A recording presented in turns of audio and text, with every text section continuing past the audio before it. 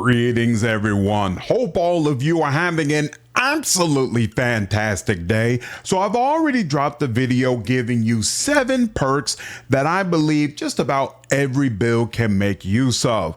But there's a whole big wide world of perks, 90 plus of them in fact, and I know many of you would benefit from additional information breaking down some of those options. So in this video, I am going to comb through the entire list of perks and give you my thoughts on each one. Now, let me say up front, I'm going to do a couple of things to make this easier for you to digest all of the information. First and foremost, there are chapters down below that'll have each of the different categories marked out. But in addition to that, the beginning of each one of those sections will start with me explaining the skill that is associated with these perks, and then I will start with my favorite perk in that entire list. And that way you'll know right up front what is probably the real heavy hitter out of the group, and you can make a decision about whether or not you want to hear about the other perks available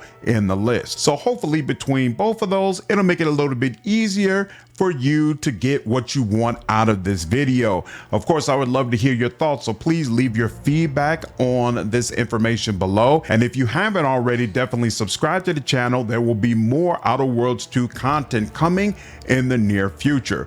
With that, let's go ahead and get started. Now, first up, we're going to start with general perks, and this means there is no skill associated with these perks, and therefore it's just available to you as long as you've met all of the other requirements. My favorite option in this list is Trophy Hunter because I feel like it's great for just about all characters. It's going to give you a 5% bonus to critical chance, and even better, it's going to give you a 15% bonus to critical chance against strong enemies, which means that in the biggest fights against the toughest foes, you will have an even better chance to do the maximum amount of damage. Great stuff. Everybody can make use of this. Next on the list is Bullet Shield. So this is going to give you a 10% bonus to damage resistance and base health, but also enemies are going to target you more. This can actually be great if you want enemies to target you more, especially if you're a melee character.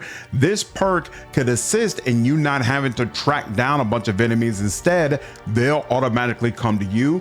Definitely could be useful. Next up is Ninja. Now this gives you a 10% bonus to evasion when you're in heavy armor, or a 20% bonus to evasion chance if you're in light and medium armor, and this is when you are sprinting or sliding, something you'll do a lot of, especially if you're a melee character, because of course you've got to sprint up to all of the enemies that you want to attack. So in melee builds, this is absolutely a no-brainer.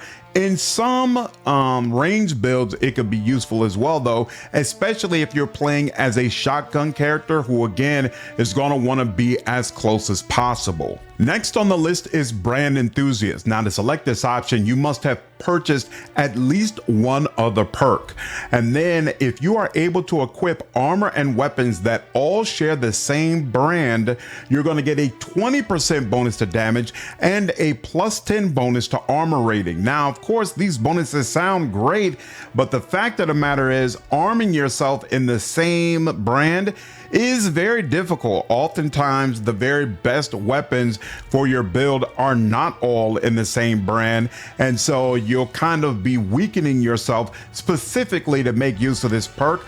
Personally, I think it's a trap and I would skip it. Next up is Psychopath. Again, you must have purchased at least one perk to make use of this, but if you do so, you're going to get a damage bonus against other factions depending on how high your negative rank is against them. And this bonus can go up to 40% without question. If you're playing a murder hobo type of playthrough, this perk is fantastic because when you kill named characters within a faction, your reputation with them is going to absolutely plummet. And so this can be a great way to take advantage of that. Next on the list is Serial Killer. Now this requires that you have already taken the Psychopath perk and you must have purchased at least 3 other perks as well. But if you have done all that, then when you kill a human, you will have a chance that they drop a heart, and collecting that heart is going to add to your max health. If that human was not hostile against you, then killing them will automatically drop a heart for you. So again, in a murder hobo playthrough, this will be an incredible perk that by the end of the game can basically make it impossible to kill you, because you have so much health that the enemies would have to work through. And then the last of the general perks is Shrug It Off. Now this requires that you have taken the Bullet Shield perk, and you must have purchased at least 8 other perks. But if you've done that, then whenever combat starts or when one of your companions has been downed, you're going to gain 50% of your max health as temporary health. And so basically enemies would have to work through 150% of your health in order to actually get you down.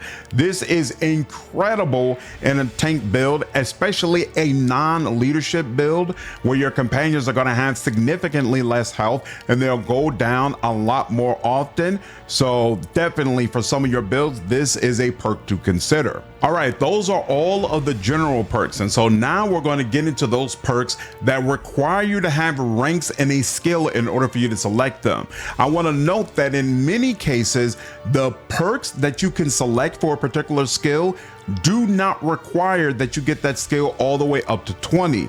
But you should note that there's oftentimes going to be gear you can get that scales off of these skills. So when you're considering what type of build you want to make, in my personal opinion, it's best to go ahead and select 3 skills and just max them all the way, because you not only want to take advantage of the perks that you can get, but also you want to take advantage of the scaling you're going to get from the weapons and gear that is going to be available. Also keep in mind that by the time you finish the game, you're going to have 62 skill points, which means you can max 3 skills and then you're going to have 2 points left over.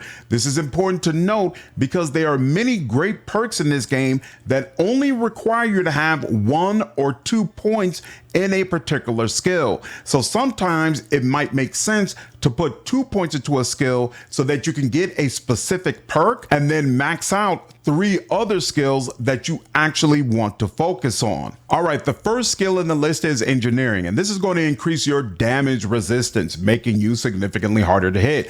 Obviously, this is a great complement with melee builds. It's also going to allow you to fix machines that you encounter throughout the game. There are a ton of them, and there are a lot of doors that can be open with engineering as well. So absolutely, this is a great skill to have. My favorite perk in the list is Tinkerer. Now, in order to select this, you must have an engineering skill of at least 5, and you must have already purchased at least 2 other perks. But if you do that, all of your modded weapons will have a 10% bonus to damage, and this damage bonus will increase in accordance with your engineering skill. Obviously, this is fantastic. It is very, very easy to mod your weapons or to ensure that all the weapons you have equipped are modded. And so triggering this should not be a problem at all. Absolutely great stuff. Next on the list is Scrapper, which requires you to have at least 1 point in engineering.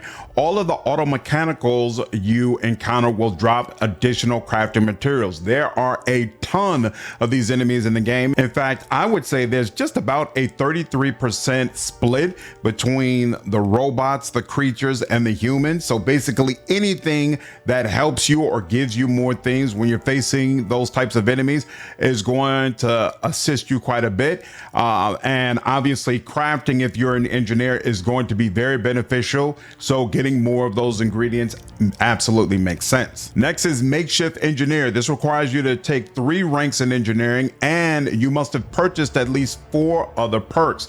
But if you do this every time you craft a piece of equipment, your armor is going to increase in armor value for every 25 bits that the modding ended up costing you. And so for someone who's pretty much crafting things constantly, which you could easily end up doing if you're the type who wants to craft your own ammo and your own grenades, that money is going to stack up significantly, and it's going to help you get really high armor values, stacking on top of the armor resistance you're already getting from taking more engineering levels. So again, for a tank build, engineering is fantastic to have. And then the final perk is Master Armorer. Now to take this, you must have a rank of 20 in engineering. So you have to max out your engineering skill, and you must have the Makeshift Armorer perk, and you must have purchased at least 9 other perks, which means you're going to be around level 20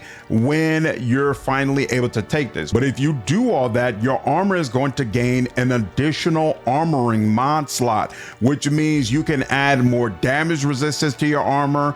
You can make it resistant to 2 elements as opposed to 1, which is what everyone else will have to settle for. Basically, it's going to make you more tanky.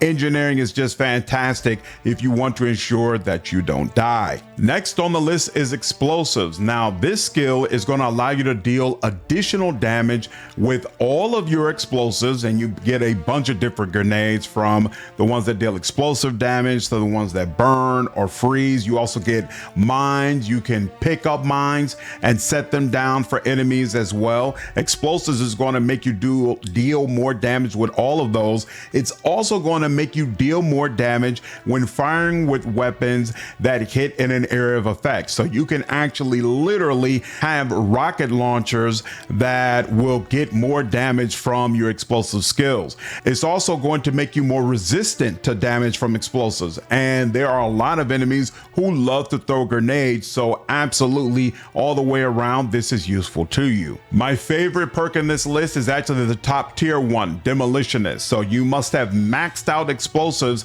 at 20 in order to get this, and you must have the secret recipe perk, and you must have purchased at least 8 other perks before you can pick this up. But once you do, all of your explosives will have an additional damage radius of 50%, and just as importantly, your grenades no longer deal damage to you, which means basically you can run straight into groups just throwing grenades in order to be able to kill them. Now, keep in mind, you will still be vulnerable to hazards in the area. So if an explosive canister all of a sudden goes off next to you, that will damage you. But still, this is an insane play style, and I can easily see it being a ton of fun. Next on the list is Hot Blooded. Now this requires that you have taken a rank of at least 1 in explosives, but if you do so, you're going to get 20% more stacks of burn applied when dealing plasma damage. So there are a bunch of different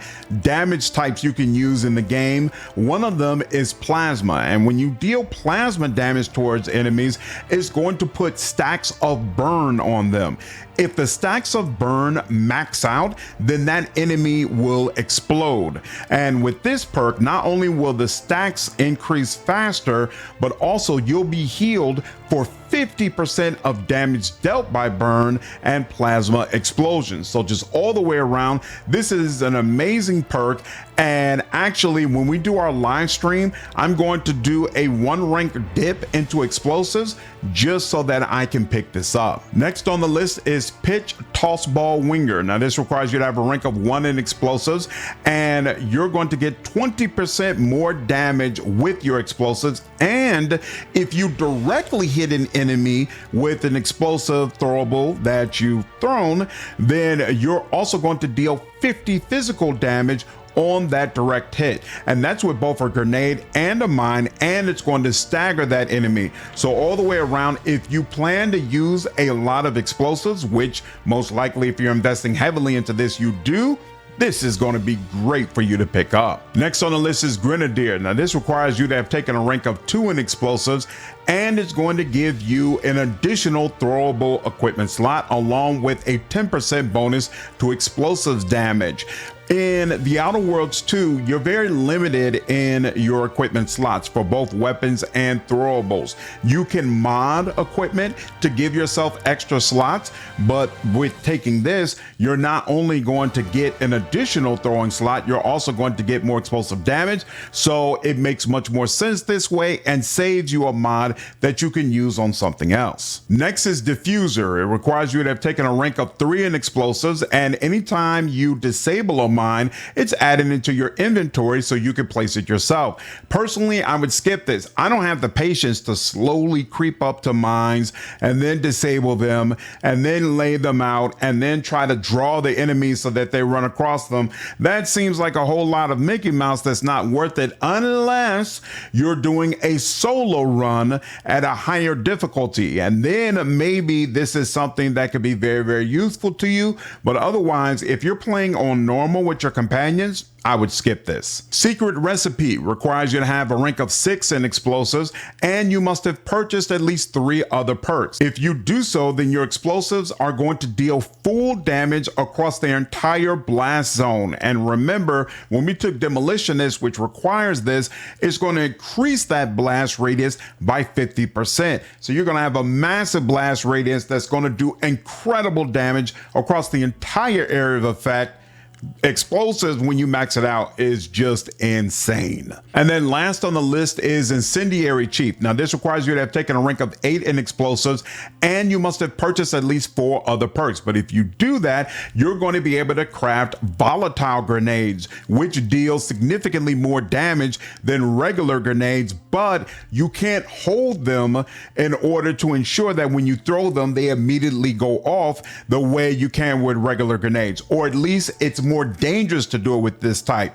Frankly, that doesn't bother me because I like throwing a lot of grenades, and so I'm throwing so many grenades it's almost impossible for the enemy to run from them. But even more importantly, I like throwing grenades to move enemies out of cover. And so regardless of whether or not the damage from the grenade hits them, what I do once they're standing up and fully in range is going to destroy them anyway. So regardless, I would say go ahead and pick this up and take the additional damage from the grenades. All right, that's all for explosives. So next on the list is guns. Every point in guns is going to increase your range damage and armor penetration with ranged weapons. Keep in mind when we go through the list of perks that a lot of these perks apply to very, very specific types of guns. So you need to be careful about plotting this out and make sure you understand which type of guns you prefer to use, and then you'll be able to identify the perks that align with that play style. There are honestly a lot of great gun perks, and so I'm not gonna really say this is my favorite one, but it's one of a number of great options that you have. Point Blank Artist requires you to have a rank of at least 1 in guns, and then your damage with shotguns, SMGs, and pistols is going to be increased by 30% against targets within 10 meters. But in addition to that, their sneak attack damage is going to be increased by 100% as well. However, they're going to deal 15% less damage to far away enemies. As you'll be able to see later on, you can put silencers on pistols, and so to me, this gives you the opportunity to do sneak damage with pistols that are completely silenced first, and then when things go bad, you can just go in guns blazing at short range with a shotgun. And I think that back and forth is super, super cool and a lot of fun to play with, and so I'm a big fan of this perk. Next on the list is Commando. You must have a rank of at least 1 in melee or guns, and this is going to allow you to unlock an additional weapon equipment slot. Now, at base level, you're going to automatically unlock 2. Unlike the original Outer Worlds game, you are not going to automatically unlock more slots. You either have to mod your equipment to get more slots, or you have to get a perk that is going to give you an additional slot. And so with this, you would have 3 weapons: Personally, I never felt a need to have 3 weapons, but if you're the type of player that you like swapping back and forth between different type of weapons, which is absolutely a playstyle supported by some of the perks we're going to go through, then this is absolutely a perk that you're going to want to have. Next on the list is Sharpshooter. Now this requires you to have a rank of 1 in both guns and observation, and it's going to basically do the same thing as Point Blank Artist, but it's going to apply to marksman, assault, and sniper rifles, and you've got to be at a distance of at least 20 meters instead of within 10 meters. So what type of weapons do you prefer to use, and do you prefer to work up close or afar? That'll let you know which perks work the best for you. Next up is Trick Shot. Now this requires you to have, once again, a rank of 1 in both guns and observation, but you also must have already purchased at least 2 perks, and it's going to cause your weak spot kills to ricochet, dealing damage to a second nearby target. So again, are you the type of character who carefully lines up shots to hit the head or the back of spiders, things of that nature, or are you more of a spray and pray type of character? Depending on what you prefer, will let you know whether or not this perk works for you. Next is Crabber Rancher. This requires you to have a rank of 2 in guns, and you must have purchased at least 2 perks, and it's going to give you a 10% bonus to your damage with marksman rifles, pistols, and shotguns, while you'll also get a 20% bonus to critical chance when the magazine of one of these weapons is half empty. And so this is definitely something you're going to want if you prefer using those types of guns. None of those weapons are going to have crazy large magazines, and so getting under half is going to be very easy for you, and definitely if you're going to use those type of weapons consistently, this will be a perk that you want. Next is Serendipitous Slayer. Now this requires that you have a rank of at least 2 in guns, and you must have purchased at least 2 perks. It's going to give you a 10% bonus to crit chance with pistols and SMGs, and whenever you make a critical hit with these weapons, you're going to automatically reload a small portion of the weapon's magazine. Hold that thought. Let's talk about it a little bit more after we go through the next perk. Next up is Deep Drums. Now this requires that you have taken a rank of at least 3 in guns, and you must have purchased at least 3 perks. And if you do that, then for machine guns, special weapons, and assault rifles, they are going to slowly reload automatically, and their magazine size is going to be increased by 50%. You can't tell by just reading this, but the reload, at least from my experience, it appears to be a percentage of the overall magazine that you have. So if you're holding a weapon that has a massive magazine, this reload is going to make a big difference and can basically make it where you almost never have to reload, even if you're laying down on the trigger. My gun was, as much as I was shooting, it was constantly going back up and reloading on its own. And so I don't know if Serendipitous Slayer works in a similar fashion, but if it does, it could actually make a big impact on your playthrough. And it's something to consider, especially if you've taken Crabber Rancher and are kind of counting on that 20% crit chance bonus triggering because you reach half magazine. If you're constantly reloading, then it's very possible you're only going to get half of this perk. So it could be great for you, but just keep that in mind. Add-in Windage requires that you have a rank of 3 in guns, that you've taken the Crabber Rancher perk, and that you purchased 4 other perks. If you've done so, then your marksman rifles, pistols, and sniper rifles will get a 25% bonus to weapon range and weak spot damage. No question, if you use these weapons, this is fantastic. Gun Runner requires that you have a rank of 4 in guns and that you purchased at least 3 perks. If you're firing while sliding, mantling, and sprinting with assault rifles, shotguns, and SMGs, the movement penalty to accuracy is reduced by 50%, and you experience 50% less range weapon spread. This is, again, an absolute no-brainer, especially with the shotguns, so definitely you would want to pick it up if you use these weapons. Shiny New Toy requires that you have taken a rank of 5 in guns or in melee, and that you have taken a commando perk, and that you have purchased at least 2 other perks. If you do that and take this perk, whenever you swap weapons, you're going to gain 20% bonus in damage for a brief duration. If you're the type that loves to swap between weapons, this is obviously a no-brainer. I never did. I used, in fact, one weapon for the vast majority of my playthrough, so I skipped this. Penetrating shots requires that you take a rank of 6 in guns, that you purchase the point blank artist perk, and that you have taken at least 8 other perks.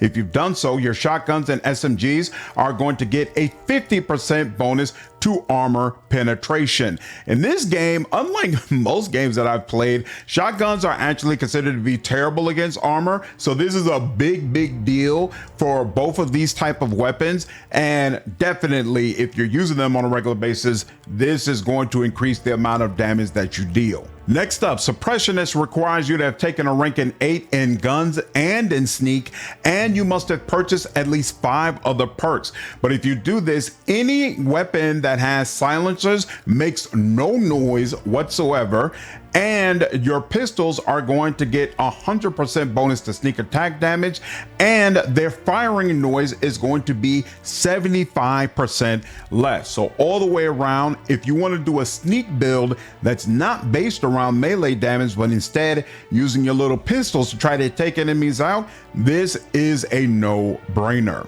And then finally, you have Multitasker. Now this requires you have taken a rank of 14 in guns, and you must have already taken the Commando perk, and you must have purchased at least 7 other perks. But if you do so, whenever you manually reload an active weapon, all of your holstered weapons reload automatically as well. This is actually a big deal because some of the most powerful weapons in the game also have some of the longest reload times in the game. So you could use a weapon that has a much shorter reload time in order to set up the really big damaging weapons that you want to be able to take advantage of.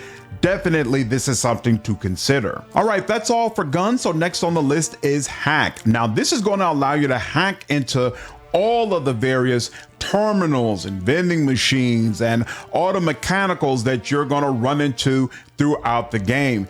Hack is one of 2 skills, the other one being speech, that in my opinion gives you significantly more information about what's happening in the game, because there's such a massive amount of different terminals that you can go into. Each one of them will have a small amount of information you can access regardless of your skill level, but oftentimes there'll be an additional section that you can only see if you have a certain level in hacking. And so it's very useful to have high ranks here. Definitely something to consider. Also, each point in hack is going to give you additional damage against auto mechanicals. Okay, this first perk we're going to go over actually isn't my favorite. I really don't like any of the perks under hack, and we'll talk about why once I went through all of them.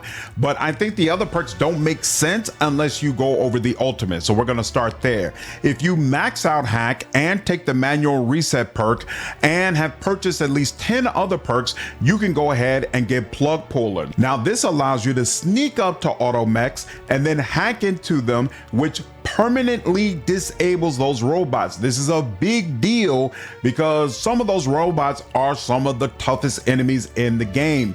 These auto mechs will reward you with XP and they can be looted. All right, now let's go through the other hack perks. The first one is manual reset, which requires that you have taken a rank of at least 1 in hack.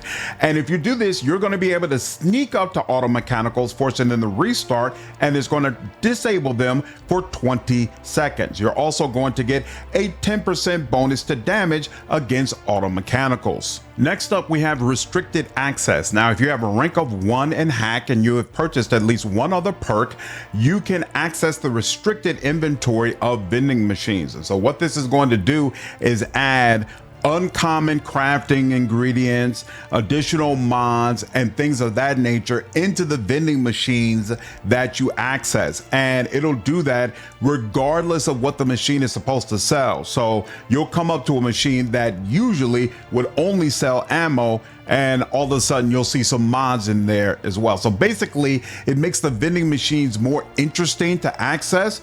It's definitely not something you need, but it does make things interesting, so you can go ahead and pick it up if you want to. Next up is bit transfer. Now must have a rank of at least 2 in hack, and you must have already taken the restricted access perk and taken at least 2 other perks. If you do so, you can hack into bounty terminals and take cash from them. Now, you can't do this over and over again. Basically, each time you do this, you must earn 7,200 experience points, and then you'll be able to access those accounts again. Personally, I don't think this is worth it. Perk points are very, very rare. You only get a ton of them in the game unless you take the flaw that requires you to take all flaws, which I certainly don't recommend you do on your first playthrough. And so for something that is so rare, taking something like this, when you have 1,000 other ways in order to be able to make money, doesn't make sense to me. I would skip it. Next is Auto Mech Jammer. Now this requires you have taken a rank of at least 5 in hack, and you must have purchased at least 3 other perks, but it's going to reduce an Auto Mech's awareness detection rate by 75%, and your crit chance against Auto Mechs is going to increase by 5%. So all the way around, it's going to make the hacking perks that you have taken thus far much more effective. And then last on the list is Auto Mech Anatomist, which requires that you have taken a rank of 10 in hack and that you have purchased at least 5 other perks. Your weak spot hits against auto mechanical enemies are going to deal 50% of your weapon's damage as shock to nearby enemies. Shock interrupts enemies that it hits. That's what stacks up. And if it gets to max stacks, it'll flat out paralyze them. So shock, actually, in my opinion, is the best damage type in the entire game. So being able, and it deals additional damage, or the stacks rise faster when it hits the robots. So all the way around, this perk is really, really effective and will make you more deadly when facing these types of enemies. That's all of the hack perks. Personally, I think it's the weakest list out of all the skills that you get because it only applies to the robots, and they are a large portion of enemies that you face in the game, but all of the other skills have perks that apply to pretty much every combat scenario that you enter into, whereas there will absolutely be a ton of combat scenarios where nothing that you have in the hacking list helps you at all. And personally, I don't like that. So I am going to take hack when we do our live stream because I'm really curious how much additional information you get based on having that skill maxed out, but I'm not excited about the perk list at all. All right, that's all for hacks. So next up we have leadership. Now this is going to increase your companion's damage and health, and I'll tell you right off the bat, this is one of those skills that just makes the game much easier because your companions are going to be way more effective in combat, and you're going to be able to trigger their abilities much more often, which means they're going to be able to keep the pressure and the heat off of you.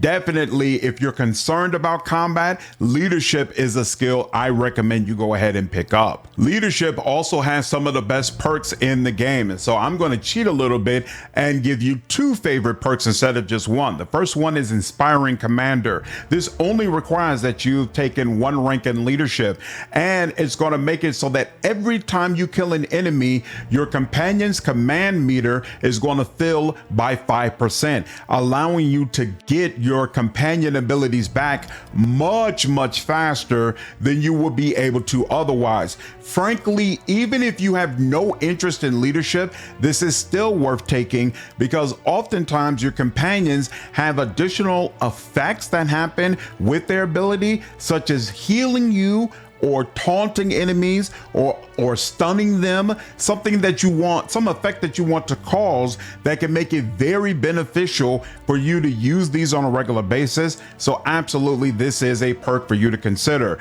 The other one that I really like is Negotiator. Now this requires that you've taken a rank of 9 in both speech and leadership, and you must have already purchased at least 3 perks. If you do that and take this, you're going to get a bonus of 7 75 reputation with all factions, which it's very likely will max out your rank with all the factions in one go. It's also going to reduce the amount of time it takes to get your companion abilities back by 20%. This has a massive impact on your playthrough. Of course, again, getting those companion abilities as often as possible is going to do a lot for you. The faction ranks are going to give you discounts with the vendors for those factions, making your dollar spread a lot longer. Absolutely, this is a monster perk to pick up. Next on the list is Busybodies. This requires that you have taken a rank of 2 in leadership, and you must have purchased at least 2 other perks. The companions you leave on the ship will gather materials and items, and the amount that they gather will be based off of the XP earned while away. Again, your perk points are very rare, so personally, I think you should use them on things that have a much more direct impact on you. But if you took this early and you really want to be able to craft constantly, this could be kind of worth it in the long run. So it's something to consider. Next on the list is Camaraderie. Now this requires that you've taken a rank of 5 in leadership and that you've purchased at least 1 perk. And every time either a companion is revived or you are revived, your entire party is going to have 25 damage resistance for 10 seconds, making you all much more difficult to take down. And on top of that, damage no longer reduces your progress to reviving a companion. That's a big deal, because a companion who goes down in the heat of combat can be nearly impossible to bring down, even if you're well armored and fully healed, and you technically should be able to get them up. You're going to take so much damage that keeps interrupting you, it basically becomes impossible to pick them back up. So if you're playing on a harder difficulty level, this could be really useful to help keep your companions in the fight, and frankly make your party more invulnerable when things get really tough. All right, and then the last perk on this list, it requires that you have maxed out leadership, that you've taken the Camaraderie perk, and that you have purchased at least 8 perks already. It's going to allow you to revive your companions from 10 meters away, which again could be really helpful, especially if you like using characters who work in melee and so they're surrounded by enemies who you don't want to be vulnerable to. Picking your companions up from 10 meters away is absolutely a nice thing to have. All right, that's it for leadership. So next we're going to get to lock picking. This allows you to pick locks. If you don't have ranks in this, you cannot pick locks at all. This game does not work the way Outer Worlds 1 does, where you can take skills from your companions and use them in the world. Only the skills that you actually have will count. So if lockpicking is important to you, you better pick this up. Each point in lockpicking is also going to raise your evasion chance, and this has really nice synergy with some of the other mechanics in the game. Make sure you keep this in mind when we finally get to science. My favorite perk in this list is the one that you can get right off the bat. Pickpocket requires that you have a rank of 1 in lockpick, and it's going to allow you to pickpocket other people. This is really cool because there are many characters in the game who have chests that can only be opened with a key that's on their person. And so you only got 2 choices. You can kill them for the key, or you can pickpocket it off of them.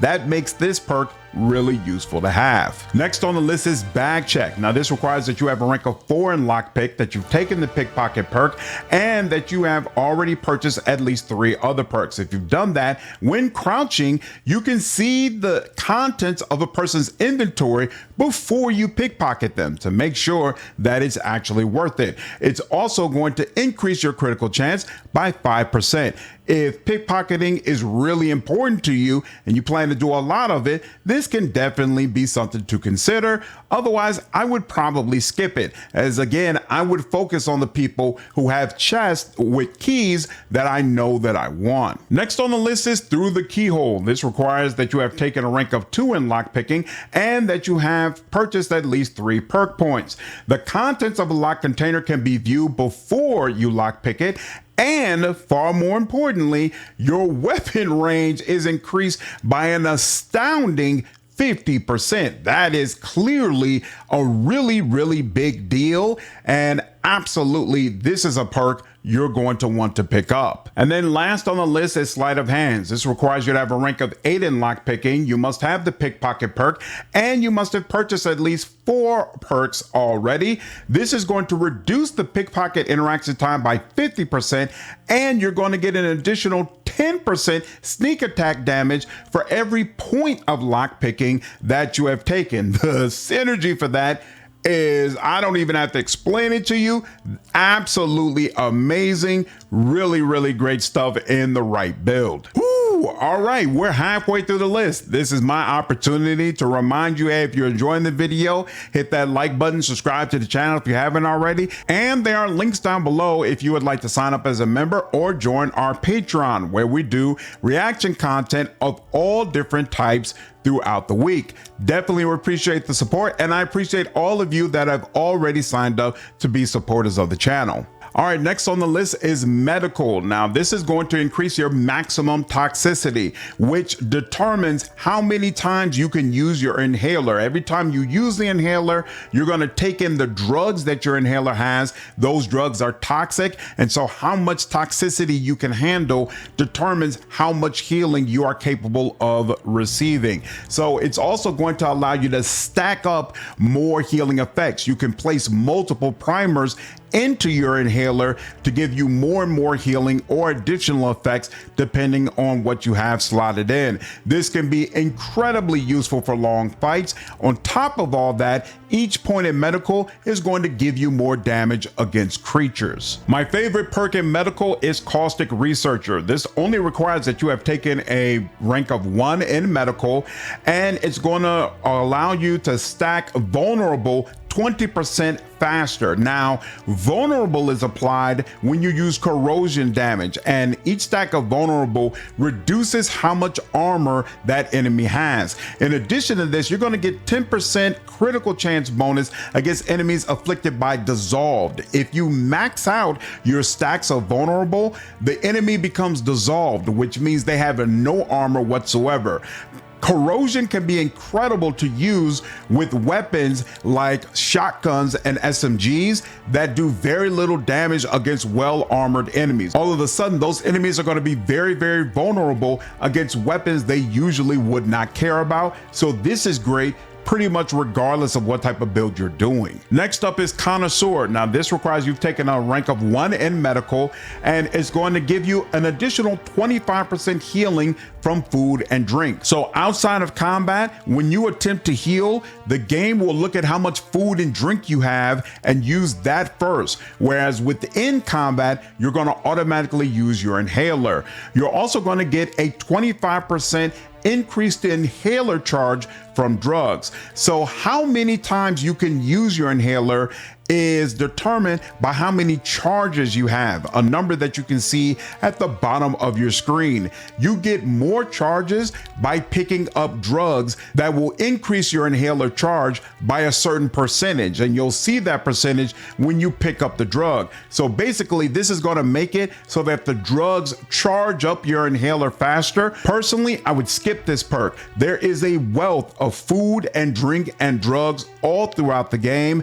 I had over 70 uses of my inhaler stacked up and ready to go by the time the game finished. I don't think this is necessary at all. The only exception I would make to that is if you're the type of person who wants to just use the inhaler all the time and burn through charges, which when we go through more of these perks, you may decide that is the type of character you want to play. And if so, this will make more sense. But as it stands with just a regular playthrough, I would say skip it. Next up is Farm Enthusiast. Now, this requires you've taken a rank of 2 in medical, and it's going to reduce the amount of toxicity you receive from your inhaler by 25%. So essentially, that allows you to use the inhaler more often during fights. Absolutely, that's a big deal. Also, keep in mind, when you stack more primers into your inhaler, you have to take the toxicity from all of those different primers. And so with this perk, it's going to make it much easier for you to stack those additional effects. On that same note, you'll notice that this unlocks an additional primer slot. Again, slots do not unlock automatically. You either have to take a perk or you have to mod an additional slot on your equipment. So this perk would also save you a mod slot. Next is Survivalist. Now this requires you taking a rank of 2 in medical and that you have purchased at least 1 perk, and it's going to cause creatures to drop raw meat, which can be eaten as food. Again, you get plenty of food and drink throughout the game. You do not need this at all. Skip it. Next up is Xyranium Absorption. So this requires you've taken a rank of 3 in medical and you must have purchased at least 1 other perk. It's going to make it so that you do not receive penalties from light and heavy xyranium poisoning. So while you're traveling in the world, you'll come to these xyranium clouds, and if you step into them, they could poison you, and that will basically push down your max toxicity level. And if your xyranium poisoning maxes out, then you will die. So basically this makes it where you can handle xyranium poisoning much easier. Also, you can see xyranium poisoning is going to accumulate 50% slower. None of that really matters because these clouds are for the most part very easy to avoid, and you can clear them with medical stations that you find throughout the game. The important thing to note here is that you'll get 35 less xyranium poisoning every time you experience a drug crash. There are some more powerful primers that will slightly poison you with xyranium, and this could be used as a way to clear some of that poisoning while still using them on a regular basis. Definitely something to consider. Next is Nature's Friend. This requires that you've taken a rank of 4 in medical and have purchased at least 1 perk. You can sneak up to creatures and tame them, which is going to cause them to fight for you for 10 seconds. Similar to what we talked about with Hack, this could be amazing if you're doing a solo run and you need all the allies that you can get. You're also going to get a 10% bonus to damage against creatures. Next is Hungry Guns. This requires that you've taken a rank of 4 in medical, that you've taken the Caustic Researcher perk, and you must have taken at least 4 perks already. If you do so, your biomass ammo pool size is going to increase by 100%, and you're going to deal 10% additional corrosion damage. This is a big deal because those biomass weapons absolutely chew through ammo. So the larger your magazine size, the better. This is going to help you to just keep firing until all the enemies are dead.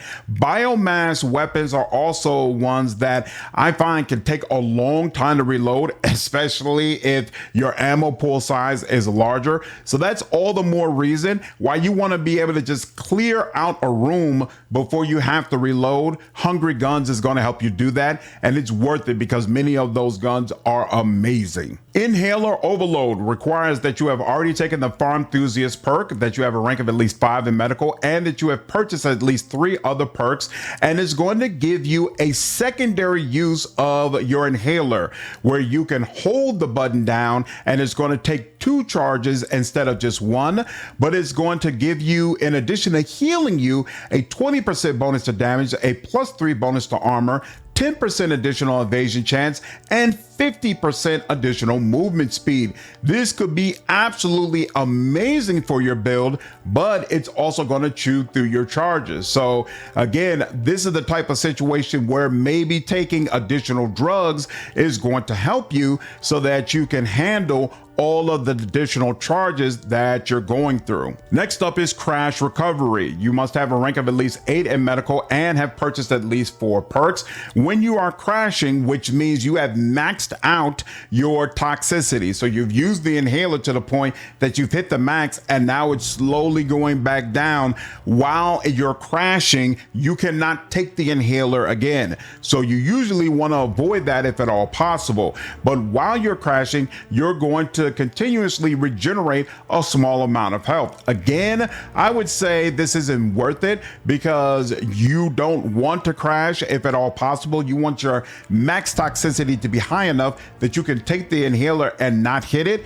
But if you find that you're hitting it all the time and nothing's going to change, this could be an interesting option. Next is Nature's Best Friend. This requires that you have a rank of 10 in medical, that you've taken the Nature's Friend perk, and that you have purchased at least 7 other perks. This is going to cause your tamed creatures to permanently fight for you, and they will reward you XP, but they can't be looted. Now, these tamed creatures won't follow you, but they're going to fight all nearby creatures. Again, if you're in a solo run, especially if your difficulty is higher, this could be an amazing way to turn creatures into your allies. But I personally don't think it's worth losing out on the loot you would get for those creatures, especially since I would venture to say you would want to use this against higher level, really badass creatures that you know are going to chop up some of the other enemies in the group. Like, it doesn't make sense to tame a grunt because that grunt is immediately just going to be killed off anyway, and so it doesn't do that much for you. And so consequently, I would say you should probably skip this, but maybe you'll decide it actually works for what you want to do. Next is Lasting High. Now, this requires you've taken a rank of 12 in medical, that you have the Crash Recovery perk, and that you have purchased at least 8 perks already.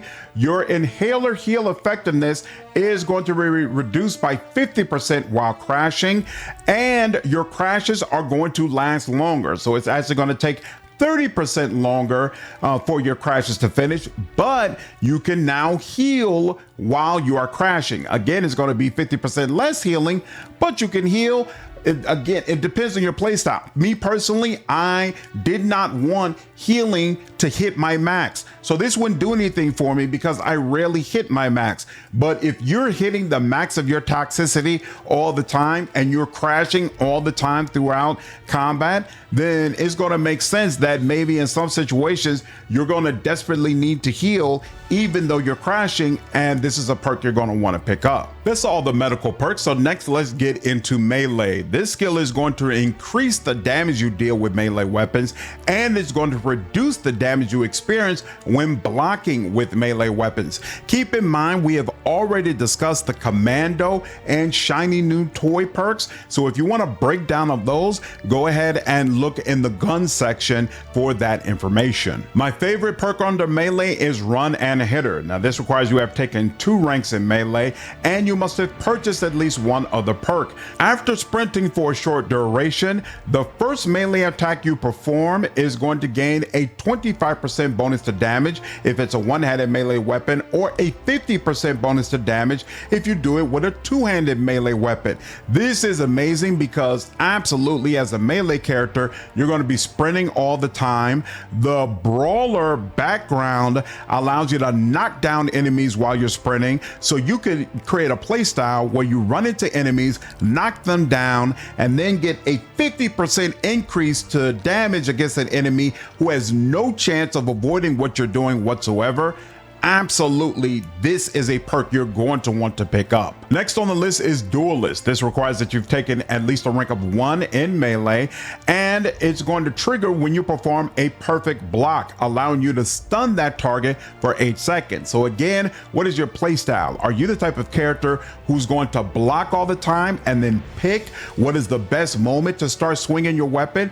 Or are you the type of character who just swings all the damn time and they'll just take whatever damage comes? That's going to determine whether or not this perk works for you. Next on the list is Heavy Handed. Now, this requires that you have taken a rank of at least 1 in melee, and it's going to cause your power attacks with melee weapons to knock enemies down.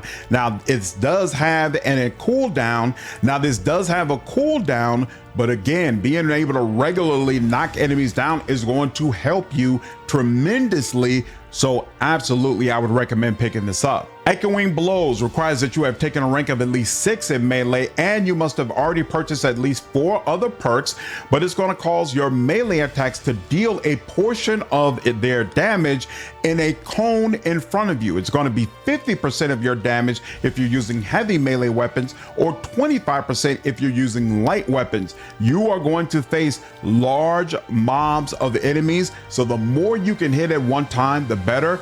Without question, this is a perk that you need. Next is Pitch Toss Ball Hacker. You must have a rank of at least 8 in melee, and you must have purchased at least 5 perks.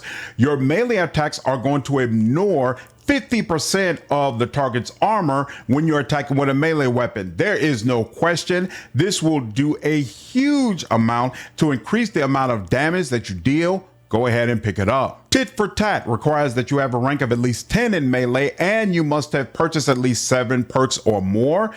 25% of the damage you deal with melee weapons is going to be returned to you as health.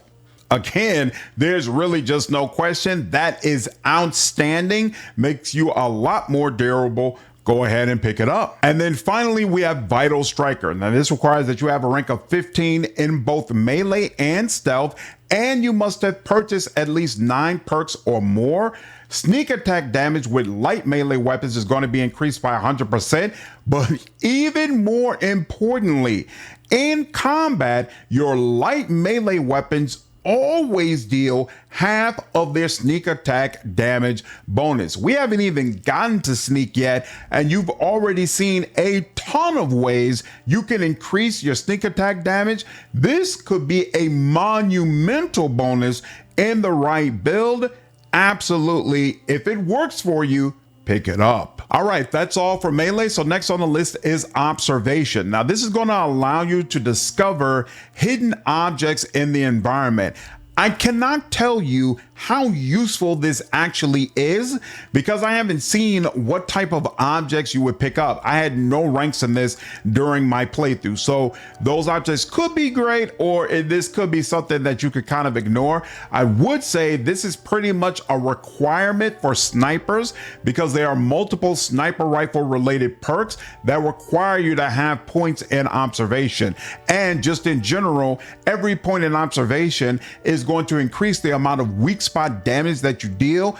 Of course, as a sniper, you're going to be focusing on weak spots, so this is going to be very, very helpful for you. And speaking of which, my favorite perk under Observation is Keen Observer. This requires that you have taken a rank of 8 in Observation, that you have the Trick Shot perk, and you must have purchased at least 3 other perks. But if you've done that and you're crouching and you're not moving, you're going to get a 25% bonus to weak spot damage, which with some of the other things that we've already discussed, could be absolutely bananas. Going through the rest of the list, Treasure Hunter requires that you have a rank of 1 in Observation. It's going to allow you to find bonus bits or money and crafting materials while you're searching. This doesn't sound great, but you search through a ton of containers throughout your game. So honestly, this is going to stack up a lot throughout a whole playthrough. If you take this right at the beginning of the game, it can have a really nice impact. Definitely something to consider. Next on the list is Face Readers. So this requires that you have a rank of 5 in Observation and that you have taken at least 2 perks. And if you've done that, it's going to mark options in conversation that reduce your reputation with a faction. Personally, I don't think this is really worth it. Gaining more reputation with a faction is pretty easy, and the only way you're completely tanking your reputation with a faction is if you're stealing in front of them all the time, or if you're killing named characters. So more than likely you're doing that purposefully. I don't feel like this is all that great. However, there's a secondary effect of this perk of giving you a 20% bonus to damage against humans.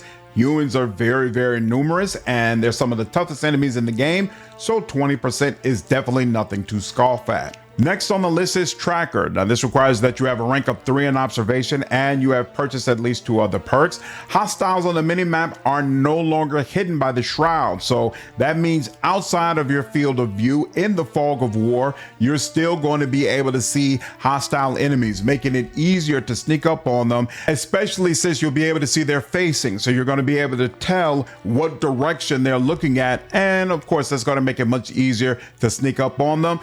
I don't think this makes sense unless you're really focused on sneaking. Usually it's pretty easy to tell the enemies are about to come up. All right, that's it for observation. So next on the list is science. Now, there are a ton of times that science comes up, either in conversations or in problems that are on chalkboards that you can solve with your science skill. A lot of ways you can use this while you're exploring.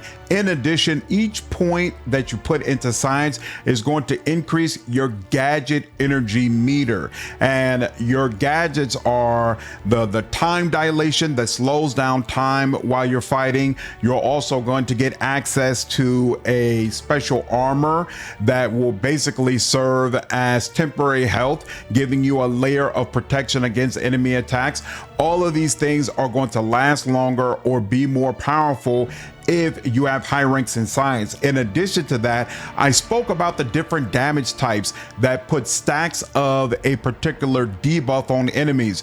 You're going to be able to stack them much faster when you have high ranks in science. So all the way around, this is a really useful skill to have. My favorite perk in the list is Electrotherapist. Now this requires that you have a rank of 1 in science, and it's going to allow you to stack electrocuted 20% faster. And the really cool thing about this is when you reach max stacks of electrocuted against weak automechs, they're going to become scrambled instead of paralyzed, which means they're going to fight on your side for 5 seconds. I already said that shock is my favorite damage type in the game. This makes it even more powerful. Looking at the rest of the list, you have Rapid Recharge. This requires that you've taken a rank of 1 in science, and is going to trigger when you have 10% or less gadget energy and cause that energy to recharge at a rate of 500% for 5 seconds. Now this has a 30-second cooldown,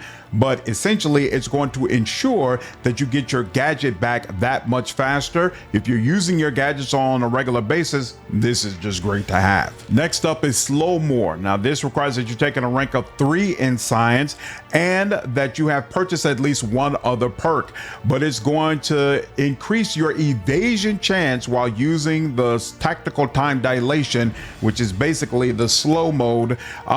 It's going to increase your evasion chance by 25%, and every time you evade an attack, you're going to get extra energy, which is going to allow you to keep that mode going for even longer. So for some science builds, it could be really useful to stack evasion as high as possible and take advantage of it. That's exactly what we're going to do in our live stream playthrough. I plan to combine science and lockpicking and a couple of other things to get as much evasion as possible. Next up is Contingency Screen. So this requires that you've taken a rank of 3 in science, and you also must have the gas energy deflection apparatus, which is a gadget you automatically get as part of the main story. If you have both of these and you have purchased at least 2 other perks, then when you take this perk and your health hits 25%, the gas energy gadget is going to automatically activate at a cost of 0 energy. Again, this is going to give you additional protection that's basically temporary health, adding on to your survivability. This could be great to have, but keep in mind, even if you go down, there are items called trauma kits you can purchase that'll allow your companions to automatically revive you. So whether or not you need to invest in things like this really depends on your play style and the difficulty you're playing on. If you're playing on normal and you're doing things to make your playthrough easier, like getting high ranks in leadership, and you're playing from far away, you might not need this. Whereas if you're playing at a higher difficulty and you're doing like a shotgun build where you're standing in the middle of enemies all the time, then this is going to make more sense. All right, next on the list is Weak Spot Scanner. This requires you to take a rank of at least 6 in science,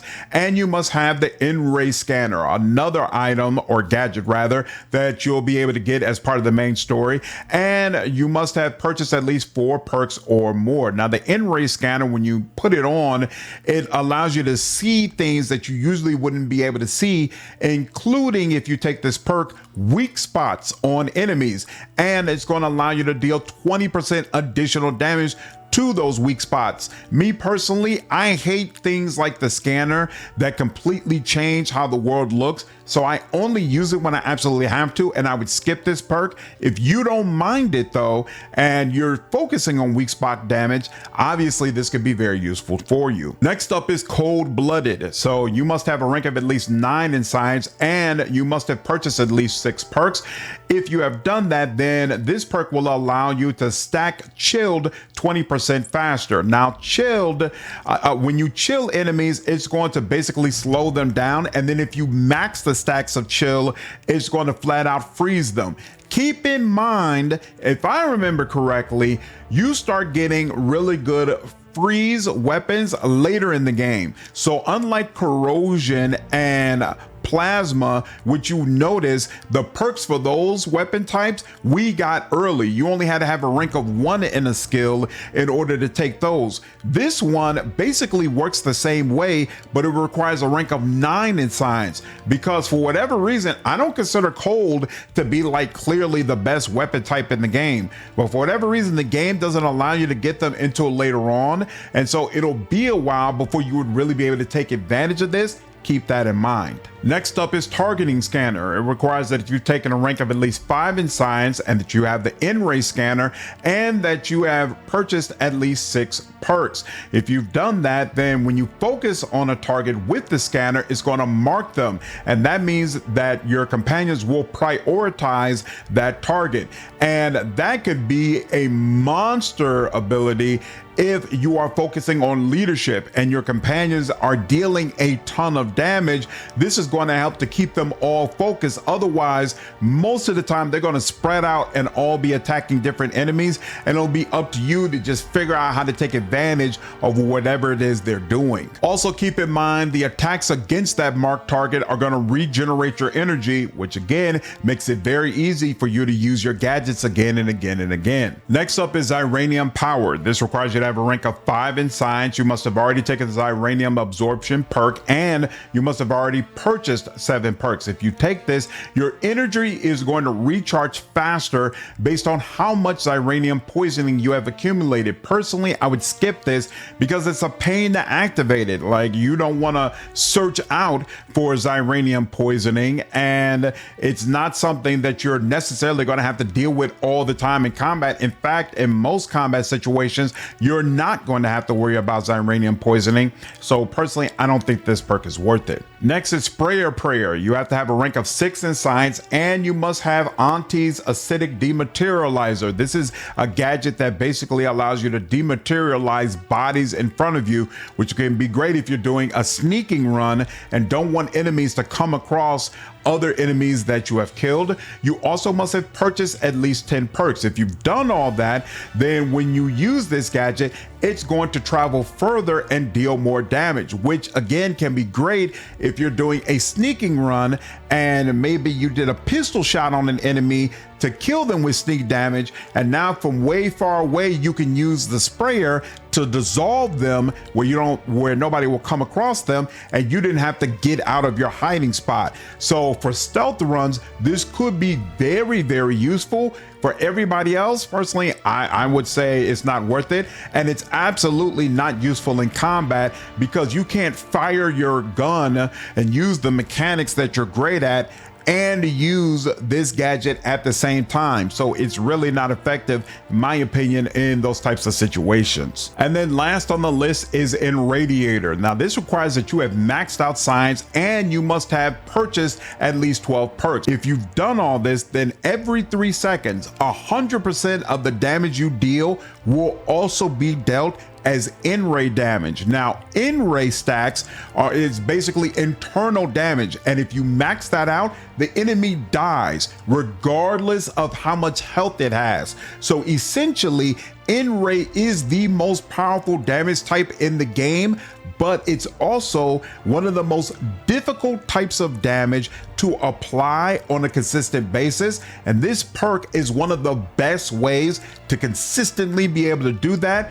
Without question, this is an incredible perk to have. And then last on the list is Irradiator. So this requires that you have maxed out science and you must have purchased at least 12 other perks. If you do this, then every 3 seconds, 100% of the damage you deal is also going to be dealt as in-ray damage. Now, in-ray stacks, not only does it deal damage, internal damage to the enemy you place it on, but it also spreads out to other enemies. If you max out the stacks, the enemy dies regardless of how much health it has. So this is the most powerful damage type in the game, but it's also the most difficult damage type to apply on a consistent basis. There's only one gun I ever found that actually dealt in-ray damage. And so without question, this is a perk you're going to want to have. That's it for science. So now we have reached sneak, and you've already seen there are a ton of different ways that sneak attack damage can be applied. Every point in sneak is going to increase your sneak attack damage and decrease your NPC's awareness detection rate, making it easier for you to sneak up on your foes. Keep in mind that sneak is very consistently an option in the game. Rarely are you required to just go all out against enemies. Most of the time you'll enter situations where you will have an opportunity to try to sneakily take out as many foes as you possibly can.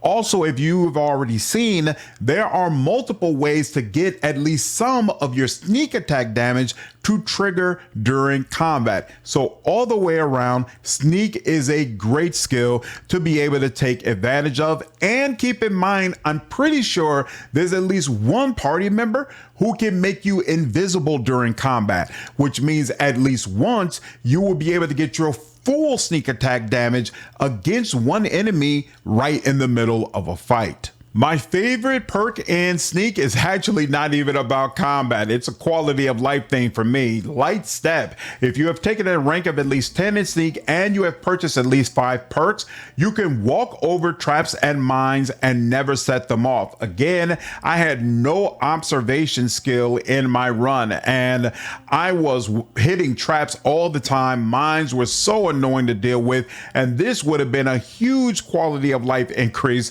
for my playthrough. It's definitely my favorite perk in the list. Moving on, the first up, we got Assassin. This requires that you take a rank of 1 in sneak. When you score a kill from stealth, your movement speed is going to be increased by 100% for 5 seconds. And this can be great if you need to quickly kill and then move back to a hiding spot, or if you want to kill someone and then quickly move and stealth kill another character. A bunch of ways this could be applied. Definitely, if you're trying to do a stealth type of run, you'll want to pick this up. Next up is Ghost, and this requires that you have a rank of 2 in sneak. If you're crouched when an NPC starts to investigate you, you're going to be camouflaged or essentially invisible for a short time, which obviously allows you to then do a sneak attack against them. Now, this has a cooldown of 3 minutes, but that's going to decrease based on your sneak skills. So the higher it is, the more often you're going to be able to activate this. Definitely is another great option. Next is Silent Step. So this requires that you have a rank of 6 in sneak and you must have purchased at least 2 perks. When you leave stealth, your footsteps are silent for a short duration, specifically 8 seconds. Again, this can be great if you've killed an enemy and now you want to be able to run up to another enemy and do another stealth kill. There's no Assassin's Creed way to directly chain stealth kills. So you're gonna have to do everything manually yourself. this is going to help you do it. And then last on the list is Stalker. Now this requires that you have a rank of 5 in Sneak, that you have the Assassin perk, and that you have purchased at least 3 perks. If you've done all that and you see an enemy who is distracted by investigating you, a distraction device, or a corpse you've left behind, you're going to get 200% additional sneak attack damage against that foe. No brainer, no question. If you care about sneak, you're gonna want to take this. All right, and finally we have come to the end, the creme de la creme. In my personal opinion, speech is the most important skill in the entire game. There is nothing else on this list that has a greater impact on your playthrough in comparison, both in combat and outside of combat. Obviously, with any RPG, being able to persuade is a big deal. The Outer Worlds 2 is no exception. There are a ton of opportunities to make use of speech, and I absolutely recommend you have this maxed out.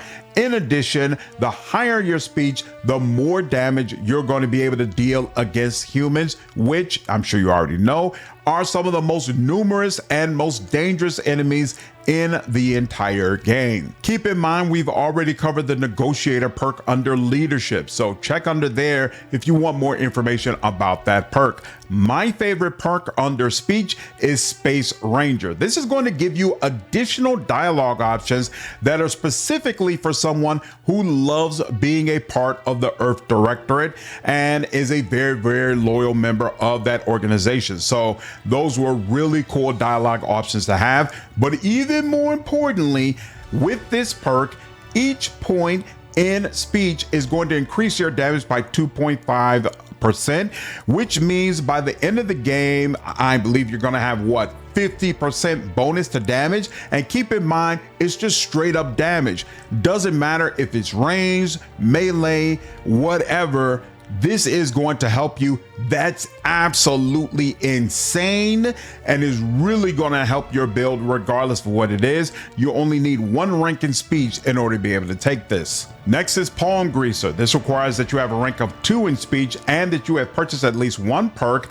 This is going to reduce your bribe cost by 50%. I think that's completely irrelevant because someone who has high ranks in speech isn't going to have to bribe people. You just persuade them anyway. So this doesn't do a whole lot for you. It's also going to give you a 20% bonus to vendors' buying price for stolen items. If you're the type of player who's tanking your reputation with factions and therefore you're not getting discounts and you don't plan to complete the majority of the game, so you're kind of blazing through it and you're not going to get the usual amount of items and things to sell, being able to get this might be better for you. But otherwise, if you plan to play the majority of the game, I would say skip this. You get so much stuff that money, it's not a situation where money is not an issue, but it's a low enough issue that I would say you shouldn't be taking perks that revolve around being able to hold on to more money. Next on the list is Wholesale Spender. So if you have a rank of at least 4 in speech and you have purchased at least 3 perks, you can get a 10% discount at vendors and they will purchase your items for 20% more. Again, I don't think it's worth it, especially if you're focusing on getting high ranks with those factions. That's going to give you all of the discount you need to make your dollar stretch longer. So most likely I would say go ahead and skip this. Next up is Intimidator. This requires you to have a rank of 5 in speech and you must have purchased at least 2 perks. When you deal damage to weak humans or creatures, it's going to frighten them for a short duration, specifically 8 seconds. Now, this does not affect auto mechanicals or strong enemies like leaders and bosses. This is amazing defensively because basically you damage one of the weakest creatures in the group, everybody else scatters, and you and your crew can deal with the boss on your own. So especially in a solo run, I think this will be really, really important as well. The only issue is for 8 seconds, all of these enemies are running away from you, which is not a big deal if you're playing ranged. But if you're playing melee, that means you got to track all these enemies down, and that could be annoying really, really fast. So you have to gauge whether or not it's worth it to you to use this, but there's no question it's very effective. Next up is Charlatan. You have to have a rank of 6 in speech, and you must have purchased 4 perks. Your lies are more believable. This basically means you're going to get some dialogue options that are specifically for charlatans. I did pick this up. I didn't feel like any of those dialogue options were all that great, so I would say this isn't worth it for just that. The secondary effect is that the likelihood that enemies will target you is reduced. It's hard to tell whether or not this is actually true, and unfortunately I can't really give you an idea of it because both of the party members that I like to use were constantly taunting enemies. That's the way, the method I use to try to keep as much heat off of me as possible. So I can't really say whether or not that secondary portion actually benefited my playthrough, but I can absolutely tell you the primary purpose of this didn't work. And if I was going to do a second run maxing out speech, I would most likely skip Charlatan. Next up is Grim Visage. Now this requires that you have taken a rank of 9 in speech, and that you have already taken the Intimidator perk, and that you have already purchased 6 perks. So this is going to cause it where if you kill an enemy, you're going to cause human and creature enemies, whether they be weak or regular, to become frightened again for 8 seconds. Now, strong enemies, they can be frightened, but their health has to be reduced first before that debuff can take place. Keep in mind, I forgot to mention this for Intimidator, but for both Grim Visage and Intimidator, it felt like taunts override frightened.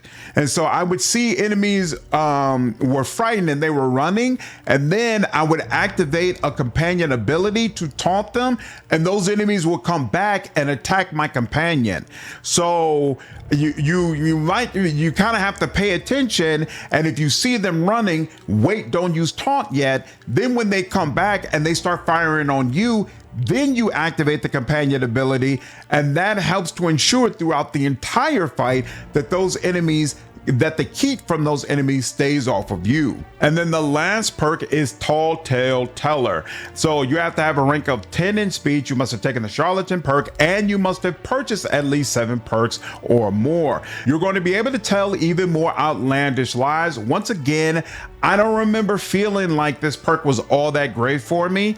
I can't remember any dialogue options that I got with this perk where I was like, wow, that's insane. I'm really glad I was able to do that. But the secondary portion of it is when you are attacking enemies that aren't attacking you directly, you're going to get a 20% bonus to your damage. And again, you get 2 party members who are able to taunt enemies, and even party members who can't taunt, if they're just going in melee range and chopping enemies up, oftentimes that's going to get their attention. So it should be very easy. If you want access to this extra damage, you can trigger it every single fight, no question, no problem. And so for that alone, if you like using the types of party members that will allow you to do this on a regular basis, go ahead and pick it up. And that's it. That is the full list of all the perks in the game. I hope that you found this information valuable. I tried to make it as short as possible. I know this is probably not going to be a particularly short video, but I don't know what more I could have done. Hopefully the information was valuable. As always, leave your feedback down below. Let me know your thoughts. Let me know what other content you would like to see for the game. I do have a build or 2 planned, but otherwise this ends most of the videos that I had already planned to do regarding the Outer Worlds 2. So definitely reach out. Let me know if there's anything else that you would like to see. Once again, if you haven't already, subscribe, hit that like button for me. Let me know you enjoy the content. Hit that bell so you don't miss any future videos that I do. There are links down in the description if you would like to sign up as a YouTube member or join our Patreon. Either one is going to be able to give you access to unique reaction content. I hope all of you enjoyed the video, and I'll see you on the next one. Take care.